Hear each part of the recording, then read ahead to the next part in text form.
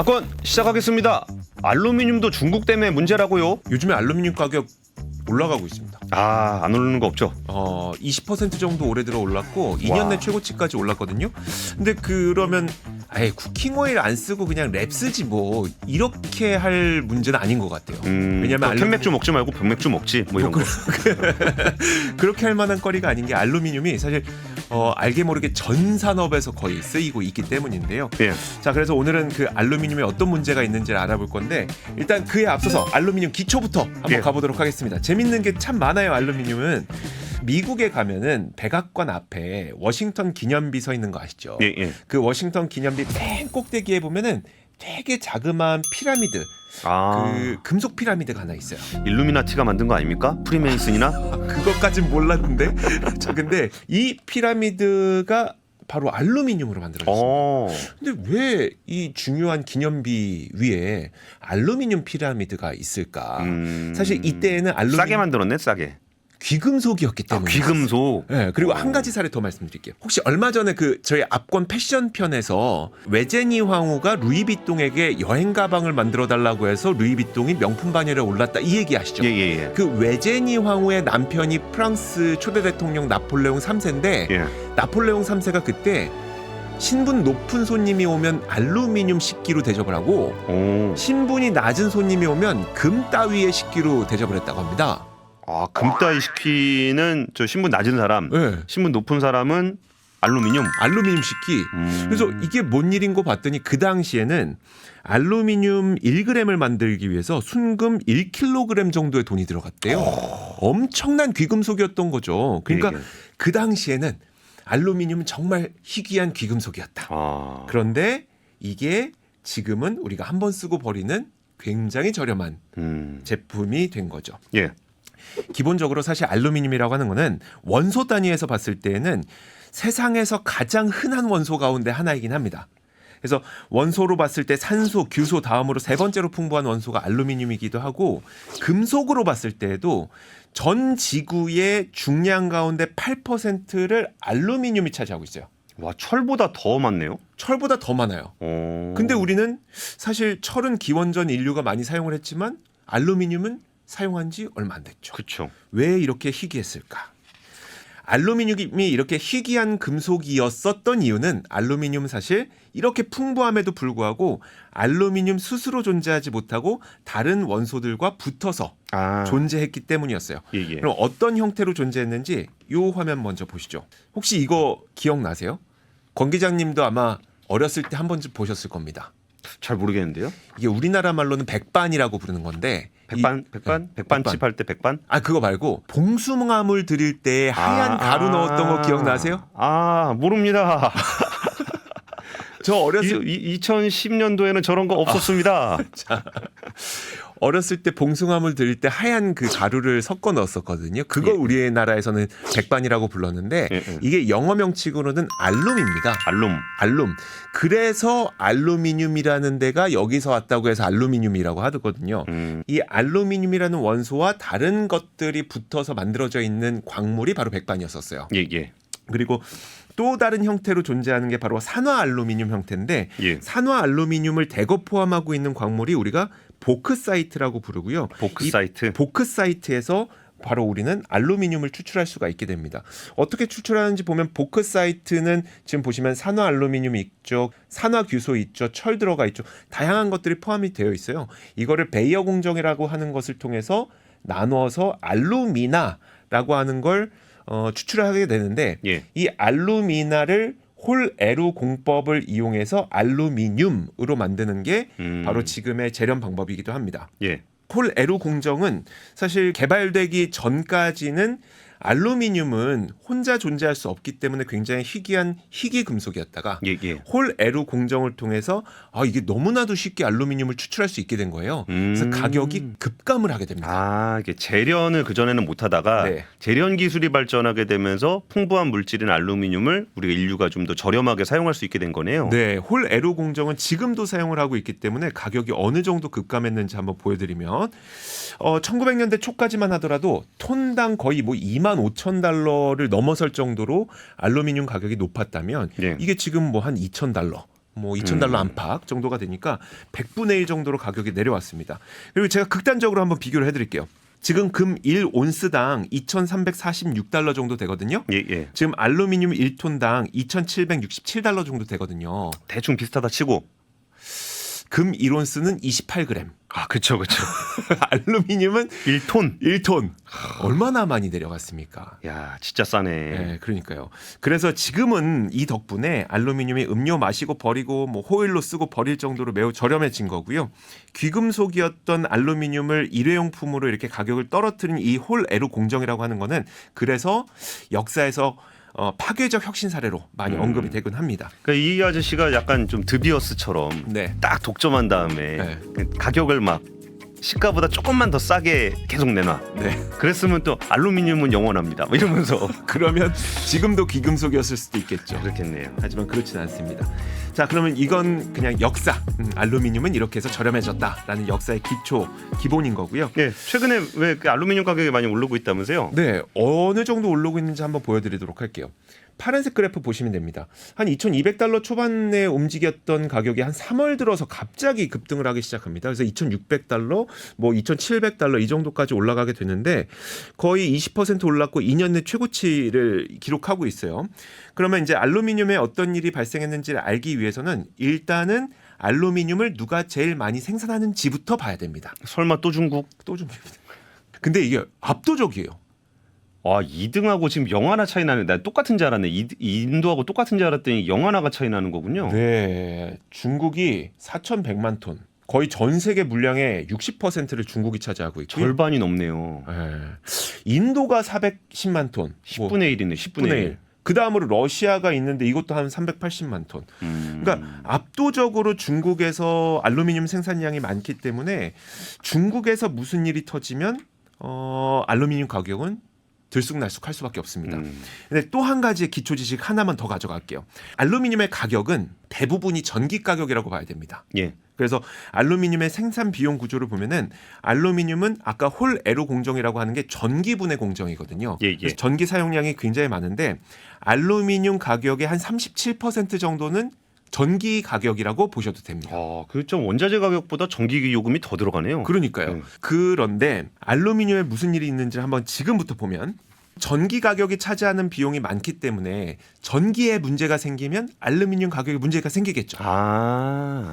지난 3월에 중국 윈난성에서 전력 분족 문제가 생겼거든요. 예. 근데 이 윈난성이라고 하는 곳은 뭐냐면 발전량의 75% 정도를 수력 발전으로 책임지고 있는 지역이 바로 윈난성입니다.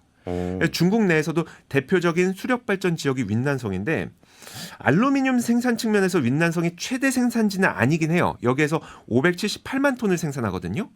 하지만 알루미늄은 워낙 전기 소비가 많기 때문에 탈탄소를 위해서 탄소 발생이 적은 전력원을 사용해야 되죠. 예. 그러다 보니까 중국에서 무슨 일을 했냐면 윈난성과 같이 탈탄소 전력을 사용하는 곳에다가 알루미늄 재련소를 계속 옮겨놓기 시작한 거예요. 그러니까 동네에다가 재생에너지를 까는 게 아니라 재생에너지가 있는 곳으로 공장을 옮긴다. 그렇죠. 역발상이네. 그러다 보니까 윈난성에서의 알루미늄 생산량이 2020년도까지만 하더라도 320만 톤이었던 게 거의 3년 만에 578만 톤으로 78% 늘었죠. 예. 그런데 중국이 지금 가뭄에 시달리고 있습니다. 수력 발전 지역이라고 그랬잖아요. 그러니까요. 수력 발전의 발전원이 물인데 물이 부족하니까 발전량이 부족할 것을 우려해서 중국에서 알루미늄 생산을 감산하십시오. 이렇게 주문을 한 겁니다. 예. 그러다 보니까 감산 때문에 일단 불안감이 하나가 생긴 거고요. 두 번째 이유가 뭐냐면 지금 세계가 두 조각이 나고 있잖아요. 그렇죠. 서구권과 중국, 러시아. 근데 바이든 행정부가 지난 5월 16일에 중국산 알루미늄에 대한 관세를 기존 7.5%에서 25%로 3배 올리기로 했고요. 그리고 또 미국과 영국이 지난 4월 13일에 러시아산 알루미늄을 제재하기 시작했습니다. 예. 미국 재무부의 주도하에 두 국가의 공동 조치로 미국 시카고 상업거래소 그리고 런던 금속거래소 여기에서 러시아산 알루미늄 물량 거래하지 마라고 한 겁니다. 그래서 바로 다음 날 두 거래소는 러시아산 알루미늄 거래를 금지시켰고요. 그리고 더해서 양 국가는 러시아산 알루미늄 수입을 금지하기로 한 겁니다.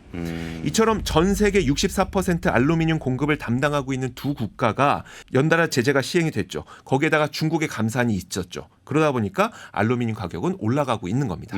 그럼 공급적인 요인에서의 어떤 상승 요인이 좀 있었다 그러면은 수요 단은 좀 어때요? 지금 알루미늄은 사실 수요가 굉장히 늘어날 걸로 예상을 하고 있어요. 그 왜 그러냐면 일단 기본적으로 알루미늄은 전 산업에서 사용한다고 해도 과언이 아닙니다. 가장 많이 사용하는 게 건설이에요. 25%. 그리고 운송이 23%. 운송이라고 하면 우리 뭐 비행기도 떠올릴 수 있고요. 비행기도 가볍게 하려면 알루미늄 사용 많이 해야 되겠죠. 또 차도 비싼 차는 알루미늄 많이 쓰잖아요. 많이 쓰죠. 무게를 줄여야 되기 때문에 알루미늄이 많이 들어가죠. 그런데 요즘에 전기차로 전환되고 있잖아요. 그러면 중량을 줄이기 위해서 내연기관차보다 알루미늄 사용량이 더 늘어나게 되거든요. 그리고 태양광 패널에도 알루미늄이 꽤 많이 들어갑니다. 그렇기 때문에 전동화, 신재생 에너지 전환 과정 여기에서는 당연히 알루미늄 수요는 증가할 것으로 기대가 되고 있어요. 근데 그럼 지금 단계에서 알루미늄이 공급 부족 상태냐? 그 부분을 봐야 되잖아요. 사실 제가 여러 개를 조사를 해봤지만 공급이 부족하다는 증거는 찾지 못했습니다. 그리고 다시 한번 알루미늄 최근 가격 동향을 볼게요. 제가 아까 가격만 보여드렸는데 사실 이 밑에 있는 노란색 그래프 있잖아요. 이 노란색 그래프가 LME의 재고량입니다. 런던 거래소. 네, 런던 거래소의 재고량이 지금 며칠 전에 급격하게 올랐어요. 거의 2배 가까이 올랐거든요. 이거 보니까 누가 좀 비싸니까 풀었네. 어떻게 하셨습니까? 원래 좀 그렇잖아요. 갑자기 뭐 생산량이 저렇게 늘어났을 리는 없고. 네. 글로벌 원자재 트레이딩 업체 트라피구라 있잖아요. 트라피구라 공룡이죠. 또 등장하는구만 트라피구라. 이 트라피구라가 대량의 알루미늄을 한꺼번에 인도했습니다. 그러면서 하루 만에 재고량이 88% 늘어났고요. 여기에서 그 수급한 물량은 대부분 인도산으로 추정이 되고 있는데 근데 이건 뭐 어느 산이 중요한 거라기보다는 구할 수 있는 알루미늄 재고가 있다는 걸 의미하는 거죠. 그리고 저는 사실 저걸 이렇게 나쁘게만 보진 않는 게 저렇게 가격이 올랐을 때 트라피구라 같은 회사가 이게 물량 확 풀어주면 또 이제 그러면서 가격이 좀 안정되는 측면도 있잖아요. 그러니까요. 그래서 사실 지금 그러면 공급이 정말 부족한 상태인가? 라는 생각을 할 수가 있는데요. 자본시장, 우리가 투자시장에서 볼 때는 구리 가격이 오르면 그 뒤에 알루미늄 따라오른다. 이런 인식이 있긴 있어요. 왜냐하면 이제 뭐 열 전도율이나 아니면 전기 전도율 이런 걸 따져봤을 때 구리 다음으로 사용할 수 있는 게 알루미늄이라고 치긴 하거든요.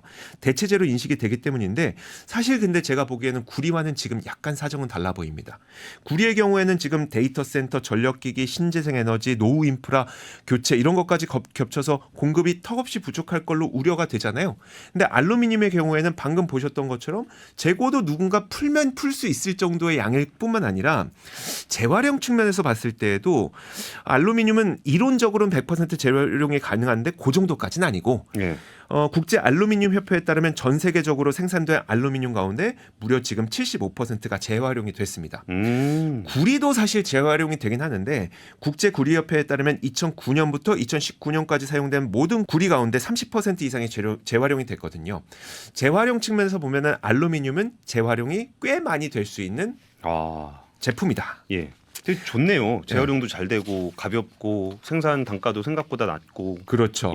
물론 하루아침에 재활용률을 높일 수 있는 건 아니지만 이렇게 높은 재활용률과 알루미늄 재고를 구할 수 있다는 측면에서 알루미늄 공급 부족의 증거를 지금은 좀 찾기 어렵다라는 말씀을 드릴 수가 있겠습니다. 근데 이제 알루미늄 가격이 이렇게 움직일 때 그럼 우리나라도 국가적으로 영향을 받을 수가 있습니다. 왜냐하면 우리나라 알루미늄 수출도 적지 않습니다. 한국도 상당한 규모의 알루미늄을 수출하는데 우리나라에는 뭐 보크사이트 광산이 있는 것도 아니고 알루미늄 재련소도 없습니다. 그렇기 때문에 알루미늄을 수입해서 가공한 다음에 제품으로 판매하는 그런 수출 물량이 있거든요. 참고로 우리가 수입하는 알루미늄 양에 비해서 수출하는 알루미늄의 양은 대략 한 40% 정도라고 보시면 돼요. 수출 많이 하네요. 나머지 60%는 내수로 사용하지만 나머지 40% 정도를 수출을 하게 되는데 그 금액 규모를 보면 2023년 기준으로 대략 45억 달러 정도가 됩니다. 이게 우리 돈으로 따지면 6조 1,500억 원 정도. 꽤 크지 않습니까? 꽤 크네요. 근데 이렇게 크지 않은 알루미늄을 우리가 수출을 하는데 최근에 또 무슨 움직임이 있냐면 미국 무역대표부가 지난 5월 8일에 중국 등 3국을 통한 철강과 알루미늄 우회 수출에 대한 대응 방안을 검토하고 있다는 소식이 들려오고 있습니다.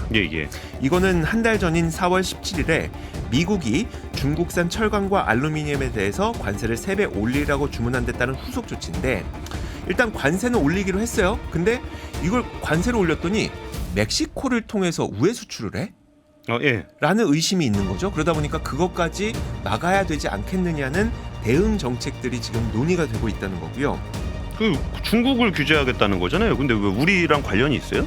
구체적으로 어느 정도까지 규제를 할지는 알 수 없어요. 하지만 이게 만약에 우리가 진행이 된다면 결국은 원산지 규정을 강화하는 방식으로 대응할 가능성이 높기 때문입니다. 만약 원산지 규정을 강화하는 방식으로 가게 될 경우 우리나라가 예를 들어서 중국에서 수입을 해와서 가공을 해서 보내는 것도 우회 수출이다 라고 될 가능성이 있지 않겠느냐라고 하는 거죠. 수입하는 국가를 보면 한국이 알루미늄을 수입하는 국가 순위 1위가 중국인데 14% 정도를 차지하고 있어요. 예. 호주가 13%, 인도가 12%, 러시아가 9.8%예요. 그럼 사실 중국과 러시아, 서구권이 지금 등 돌리고 있는 중국과 러시아 물량이 적지 않습니다. 근데 이 정도면은 저는 좀 양호하다고 볼 수도 있는 게 그 중국이 전 세계 알루미늄의 60%를 생산하는데 우리는 14%밖에 안 하잖아요. 그럼 이 정도면 좀 그래도 양호한 포트폴리오라고 봐야 되는 거 아닌가? 그렇긴 하죠. 그리고 이제 우리가 그럼 어디에 수출하는지도 봐야 되잖아요. 만약에 우리가 우회 수출 통로라고 인식이 되면 안 되니까 수출되는 통로, 그 수출 통로를 보면 중국이 27.9%이긴 합니다만 2위가 미국입니다. 13.4%고요. 그리고 대표적인 우회 수출 통로 국가로 꼽히는 이 멕시코가 7.6%. 그리고 또 우리가 중국과 러시아와 공급망에서 선을 긋고 있는 대륙 지역이 EU 아니겠습니까? EU도 지금 5.2%. 그러면 우리나라가 이제 중국 내지는 러시아의 알루미늄을 수입해서 가공한 다음에 수출하는 국가들이 미국, 멕시코, EU 꽤 상당한 비중을 차지하고 있다는 겁니다. 사실 알루미늄이라고 하는 게 굉장히 희귀한 금속이고 앞서 말씀드렸던 것처럼 저렴하게 너무나도 생산을 많이 할 수가 있는 것이기 때문에 공급망을 돌리는 것 자체가 어려운 건 아닐 겁니다. 뭐 희토류 같은 그런 문제는 아니에요. 다만 만약에 우회 수출에 대한 어떤 제재가 들어왔을 때에 대비해서 우리나라도 이 알루미늄과 관련된 공급망을 좀 미리미리 돌려놓을 필요는 있지 않을까라는 생각이 드는 겁니다. 알겠습니다. 우리가 뭐 매일매일 사용하는 물건이고 그냥 싸게 사서 잘 가공해서 비싸게 파는 게 우리나라의 주요 수출 전략이었는데 이런 수출 전략들이 참 많이 달라지고 있는 시대가 된 것 같습니다. 오늘은 알루미늄 얘기였습니다. 박건이었습니다.